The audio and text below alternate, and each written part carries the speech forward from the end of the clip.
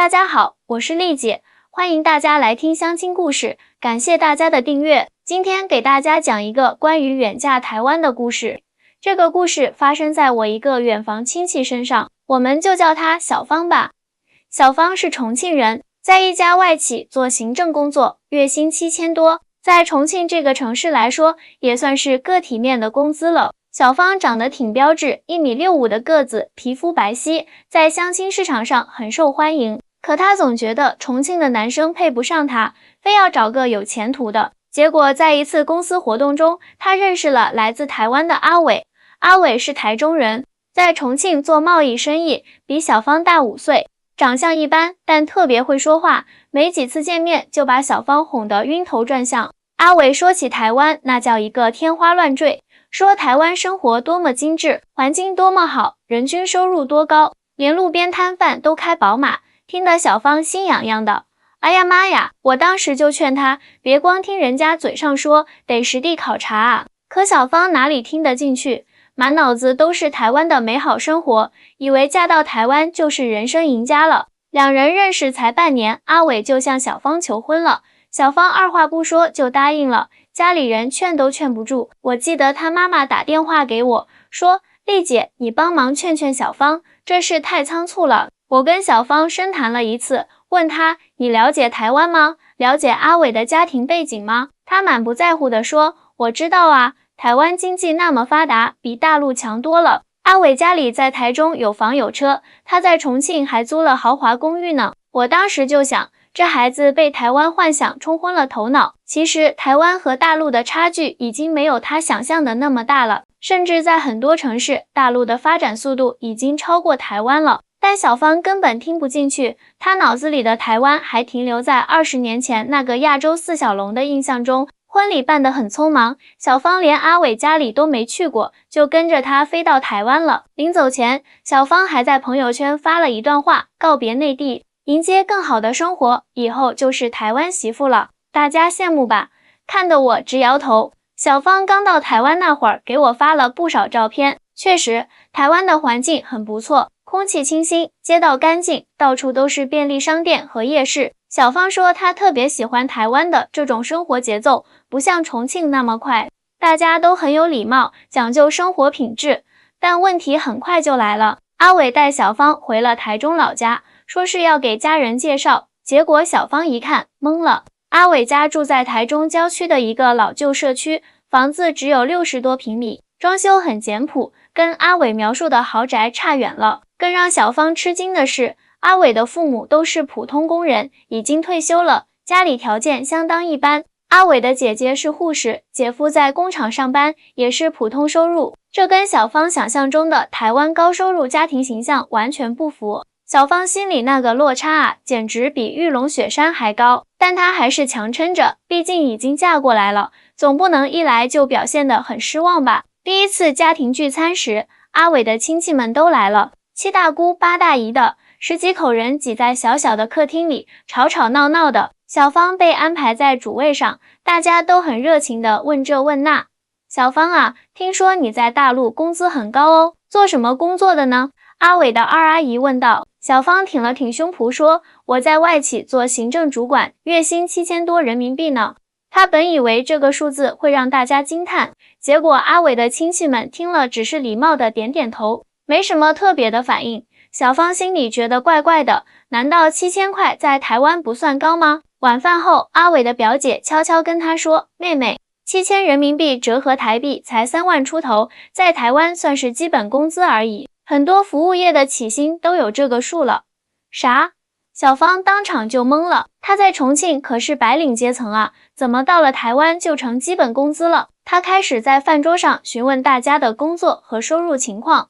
表姐，你是做什么工作的？小芳问阿伟的表姐。我啊，在一家科技公司做行政，跟你差不多，月薪大概5万台币吧。表姐很随意的回答，5万台币，那就是1万多人民币啊，比她在重庆高出不少。小芳又问了几个人，发现阿伟的亲戚们虽然看起来生活简朴，但收入真的不低。阿伟的堂弟在半导体厂工作，月薪将近7万台币。阿伟的姐夫虽然只是普通工人，月薪也有4万5台币左右。小芳这才意识到，台湾的人均收入确实比大陆高不少，难怪大家对她的7000人民币高薪不怎么惊讶，在台湾那确实不算啥。更让小芳意外的是，阿伟的亲戚们虽然收入不低，但生活方式却非常朴素。他们开的车大多是国产车或日系车，穿的衣服也是普通品牌。饭桌上的菜虽然种类多，但都是家常菜，没有什么高档食材。这跟小芳想象中的有钱人生活差距很大。在重庆，收入高的人通常会展示自己的财富，买豪车、穿名牌、吃高档餐厅。但台湾这些收入不低的亲戚们却很少炫耀消费，他们更在意生活品质和家人团聚。妹妹，你别看我们这样，其实我家在垦丁还有一栋度假屋呢，平时没事就去那边住几天，钓钓鱼，烤烤肉，很自在的。阿伟的堂哥笑着对小芳说。小芳惊讶地看着这位穿着普通 T 恤、拖鞋的堂哥，完全看不出来他还有度假屋。这让他开始反思自己对财富和生活的理解。第一天的家庭聚会就这样结束了，小芳的心情很复杂。一方面，她发现台湾人的收入确实比她想象的要高；另一方面，她也意识到自己带着很大的优越感来的，结果却被现实打了脸。回到房间后，小芳忍不住问阿伟：“你为什么骗我说你家里条件很好？”阿伟一脸无辜：“我什么时候说过啊？我只说我们家住台中，有房有车啊，这不是事实吗？可你在重庆租的那个豪华公寓呢？那是公司租的啊，不是我个人的。”阿伟理直气壮地说。小芳这才明白自己被一厢情愿的想象骗了。阿伟确实没明确说过他家很富有，但他也从未澄清过小芳的误解，默认了他对台湾的美好想象。接下来的日子，小芳开始真正了解台湾的生活。她发现台湾虽然整体收入水平高于大陆，但物价也高，房价更是高得吓人。阿伟家那套60多平的老房子居然值300-400万台币，折合人民币也将近100万了，在重庆能买个不错的新房了。台湾的医疗保险制度很完善，生病看医生很方便，但很多人还是会抱怨薪资涨幅赶不上物价上涨，年轻人买不起房已经成为社会问题，很多人30-40岁还住在父母家。这些现象其实和大陆的一线城市很相似。小芳还发现，台湾人很注重生活品质和环保意识，大家购物大多用环保袋，垃圾分类非常细致，连厨余垃圾都要单独处理。这种生活态度让小芳很欣赏，也开始慢慢适应。与此同时，阿伟的真实收入也让小芳大跌眼镜。他在重庆的贸易公司只是一家小型企业，他的月收入也就4-5万台币，折合人民币1万出头，比小芳在重庆的工资高不了多少。这个落差让小芳一度很失落，她觉得自己被骗了，但转念一想，其实阿伟人不错，对她也很好，家人也都很热情，或许生活品质和人际关系比物质条件更重要。小芳决定先不急着下结论，多了解一下台湾的生活。她开始积极融入阿伟的家庭，学习台湾话，了解当地文化，甚至还跟阿伟的妈妈学做台湾特色小吃。这一切并不容易，尤其是语言和文化差异。虽然都说中文，但台湾的用词和大陆有很多不同，比如大陆说手机，台湾叫手机；大陆说土豆，台湾叫马铃薯；大陆说垃圾桶，台湾叫垃圾桶。这些小差异常常让小芳闹笑话。还有就是价值观的差异。台湾社会整体比较温和包容，人们不太喜欢争强好胜，更注重平衡和谐的生活。而小芳从小在竞争激烈的环境中长大，做事总是雷厉风行，这有时会让阿伟家人觉得她太强势了。小芳刚到台湾的前几个月过得很不适应，她发现台湾的生活方式和重庆有很大不同。台湾人喜欢早睡早起，很多店铺晚上9点就关门了，不像重庆那样夜生活丰富。台湾人说话都很客气，即使是争论也很少提高声音，这让习惯了重庆火爆性格的小芳有时感觉很别扭。有一次，小芳和阿伟去夜市逛街，看到一个卖衣服的摊位，价格比他想象的贵不少，这么普通的衣服要卖600台币，太贵了吧？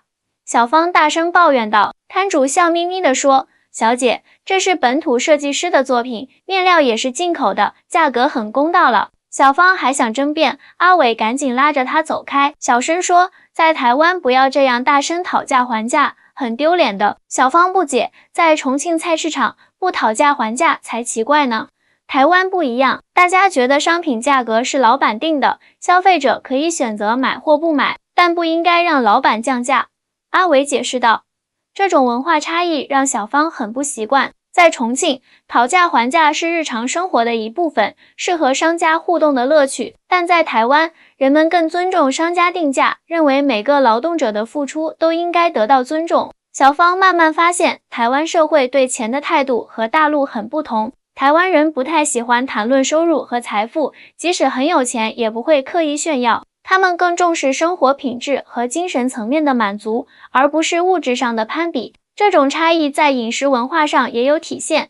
台湾人吃饭注重健康和品质，而不是排场。阿伟家的餐桌上，菜品种类不多，但都很精致，讲究搭配和营养。即使是简单的家常菜，也会注意色香味俱全。有一次，阿伟的妈妈煮了一锅看起来很普通的面线，小芳心想，这么简单的东西有什么好吃的？结果尝了一口，那种复杂的鲜香味道让她惊讶不已。妈妈，这面线太好吃了！小芳忍不住赞叹，这是我们家传的面线汤底，用蛤蜊、虾米和10几种中药材熬制的，很费功夫呢。阿伟妈妈笑着解释，小芳这才明白，台湾人的饮食虽然看起来简单，但背后有着丰富的文化内涵和精湛的烹饪技艺，这和重庆的饮食文化有相通之处。只是表现形式不同。随着时间推移，小芳开始适应台湾的生活，也对阿伟的家庭有了更深入的了解。她发现阿伟家虽然不富裕，但生活的很有品质，家里装修简朴却干净整洁，家具不是名牌，但都选择经久耐用的，衣服不追求流行，但注重舒适和得体。阿伟的父母退休金不高，但会精打细算，把钱花在刀刃上。每年会安排1、2次全家旅行，定期给孙子孙女存教育金，平时也会参加社区活动，生活丰富多彩。这种生活态度让小芳很受触动。她原本以为有钱就是住大房子、开豪车、买名牌，但阿伟家人的生活方式让她看到，真正的幸福不在于拥有多少物质财富，而在于如何安排自己的生活，如何处理人际关系。小芳渐渐放下了心中的优越感，开始融入台湾的生活。她跟着阿伟妈妈学做台湾小吃，跟邻居阿姨学种花草，周末和阿伟一起爬山、骑行，生活变得充实而有意义。有一天，小芳收到重庆闺蜜的微信，嫁到台湾的生活怎么样？是不是跟做梦一样？听说台湾人超有钱的。小芳笑了笑，回复道，台湾跟我想象的不太一样，但生活很不错。这里的人不是有钱，而是会生活。闺蜜似乎不太理解，会生活是什么意思？不就是吃喝玩乐吗？小芳想了想，发了一大段话。会生活是一种态度，是懂得用有限的资源创造最大的幸福感。台湾人虽然收入比重庆高一些，但物价也高，并不像我们想象的那么富裕。但他们很懂得享受生活的每一个细节。比如一杯简单的咖啡，他们会花时间慢慢品尝；一个小花园，他们会精心打理，让四季都有不同的风景；一顿家常饭，他们会注重搭配和营养，不浪费也不铺张。这种生活方式让我重新思考什么是真正的幸福。闺蜜回复：哎呀，你这是被台湾同化了啊！不过听起来确实不错，比我们天天加班、周末购物、攀比消费要健康多了。小芳笑了笑，没有再回复。她知道自己确实在改变，但这种改变是好的。她开始欣赏简单而有品质的生活，不再那么在意外在的光鲜和虚荣。然而，生活不可能一帆风顺，小芳很快就面临了新的挑战——就业问题。在台湾，小芳的大陆学历和工作经验并不被完全认可。虽然她有外企工作经验，但因为语言和文化差异，很难找到和在重庆同等水平的工作。她投了几十份简历，终于收到一家贸易公司的面试邀请。面试官对她的能力很认可，但开出的薪资却让她大跌眼镜，月薪3.5万台币。比他在重庆折合下来还低一些，这也太低了吧！我在重庆好歹是个主管啊。小芳回家后向阿伟抱怨，阿伟解释说，你刚来台湾，没有台湾的工作经验，语言也有些差异，开始薪资低一些很正常，而且台湾的福利好啊，有劳保、健保，工作环境也比较轻松。小芳不甘心，可我在重庆好不容易爬到中层管理，来这里又要从基层做起，太打击人了。阿伟安慰她，每个人都有从零开始的时候，你的能力我相信，只要坚持，一定能重新证明自己。小芳犹豫了几天，最终还是接受了这份工作。果然，刚开始很不适应，台湾的职场文化和大陆有很大不同，大家工作节奏慢一些，但很注重细节。领导不会直接下命令，而是委婉的提建议，同事之间很少明争暗斗，更多的是合作共赢。小芳一开始很不习惯，总是急于表现自己，遇到意见不同就直接反驳，导致同事们都觉得她太强势了。有一次，她在会议上直接否定了一个同事的提案，引起了不小的尴尬。会后，主管私下找她谈话，小芳，你的想法很好，但在台湾的职场文化里，我们习惯先肯定别人的付出，再委婉地提出自己的想法，直接否定会让人觉得不被尊重。小芳这才意识到自己的沟通方式有问题，她开始学习台湾人的表达方式，先说您的想法很好，再说不过我有一点小建议，而不是直接说这个不行。慢慢的，同事们开始接纳她，也欣赏她的工作能力和创新思维。半年后，她就获得了加薪，薪资达到了4万台币，虽然比不上重庆时的收入水平，但考虑到工作环境和生活品质，小芳已经很满足了。工作稳定后，小芳和阿伟开始考虑买房的问题。台湾的房价高得惊人，台中市区一套小公寓就要700-800万台币。阿伟的积蓄加上小芳的一些存款，首付都凑不齐，要不我们先租房子住吧？小芳提议，阿伟却说，在台湾结了婚就应该有自己的家，要不我们问问爸妈能不能帮忙？小芳有些犹豫，你爸妈都退休了，我不想麻烦他们。这不是麻烦，在台湾父母帮子女买房很正常的，阿伟说道。这又是一个文化差异，在大陆，年轻人都争取经济独立，不想依赖父母，但在台湾，家庭关系更紧密，父母帮助子女买房、创业是很常见的事情。最终，在双方父母的资助下，小芳和阿伟在台中买了一套小公寓，房子不大，但胜在位置好，周围生活配套齐全，步行就能到夜市和公园。有了自己的小家，小芳的归属感更强了。她开始在阳台上种花草，学做台湾特色菜肴，周末约朋友来家里聚会。虽然生活简单，但很充实。老婆，你变了好多。一天晚上，阿伟突然说道。变哪里了？小芳好奇地问。你刚来台湾那会儿，总是拿重庆和台湾比较，觉得台湾这不好那不好。现在你好像真的融入了台湾的生活，连说话的腔调都变得台湾腔了。阿伟笑着说，小芳这才发现自己确实在不知不觉中改变了很多。她不再那么急躁，学会了慢生活，不再那么在意物质享受，更注重精神满足，不再那么强势，学会了包容和理解。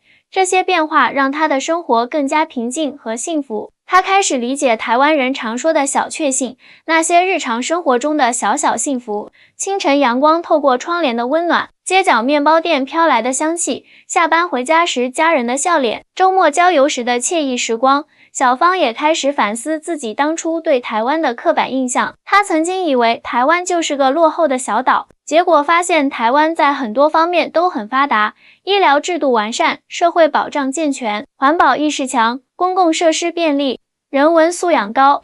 同样，她也发现大陆近年来的发展速度惊人，科技创新能力强，经济活力足，社会变化日新月异。两岸各有优势，各有不足。简单的用谁更发达来比较是片面的。小芳开始在社交媒体上分享自己在台湾的真实生活，不再是当初那种台湾媳妇的优越感，而是客观的介绍两岸的差异和共通之处。她的分享获得了不少关注，很多打算嫁到台湾或者对台湾好奇的大陆女孩都来咨询她。台湾真的像电视剧里演的那么浪漫吗？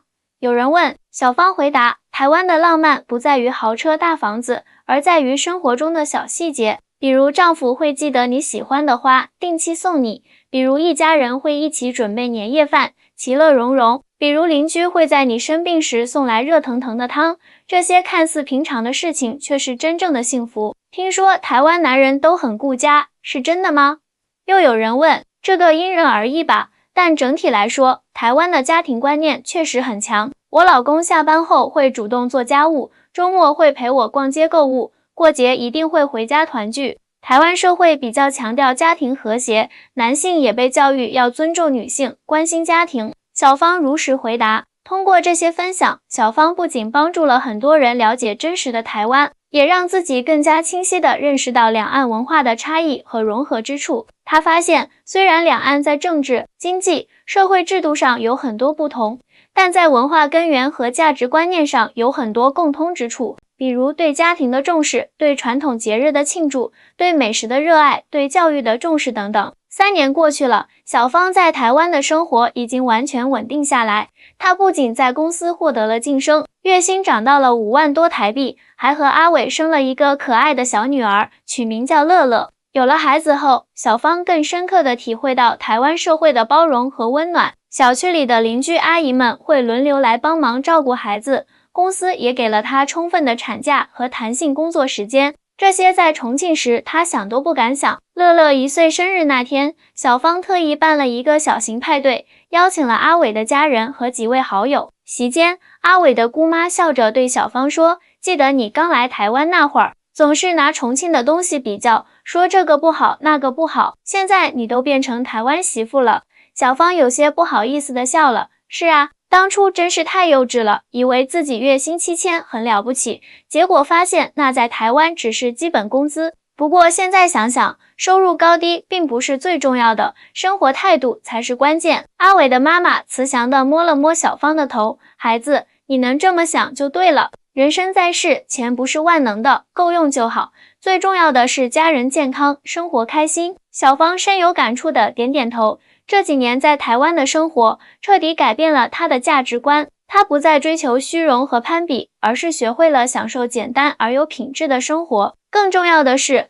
她明白了融入比坚持更重要。初到台湾时，她总是固执地认为重庆的方式更好，结果处处碰壁。后来她学会了尊重差异，取长补短，生活才变得顺畅。如果让你重新选择，你还会嫁到台湾吗？阿伟的表姐好奇地问。小芳看了看身边的阿伟和怀中的乐乐，坚定地说：“会的。虽然当初是带着错误的想象来的，但我不后悔这个选择。在台湾，我找到了不一样的幸福。”晚上，小芳给我打了视频电话，兴高采烈地讲述派对的趣事。我看着屏幕里的她，已经完全看不出当年那个带着优越感、目中无人的重庆白领了。她的眼神更加柔和，笑容更加真诚，言谈举止也更加得体。丽姐，谢谢你当初给我的建议，虽然我没听进去。小芳真诚地说道。傻孩子，人生要自己体会才有意义，你现在过得好就行。我欣慰地回答。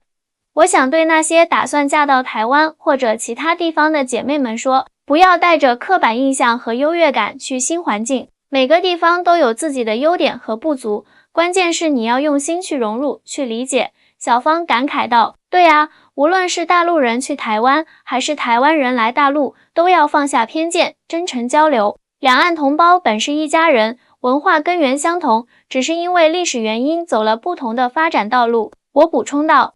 视频那头，阿伟抱着乐乐加入了对话。我和小芳准备明年带乐乐回重庆看望岳父岳母，顺便也想带他体验一下重庆的火锅和夜景。太好了！重庆这几年发展也很快，你们一定会惊喜的，我高兴地说。结束通话后，我坐在阳台上，想起了小芳的故事。从她身上，我看到了两岸婚姻的缩影，有误解，有冲突，但也有理解，有包容，最终是和谐与幸福。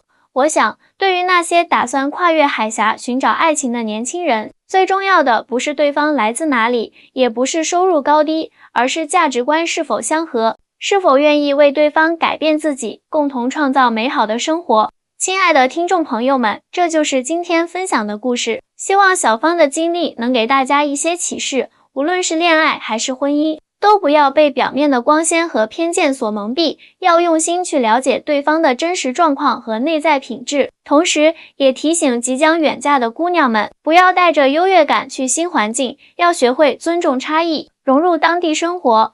只有这样，才能真正找到属于自己的幸福。我是丽姐，我们下期再见。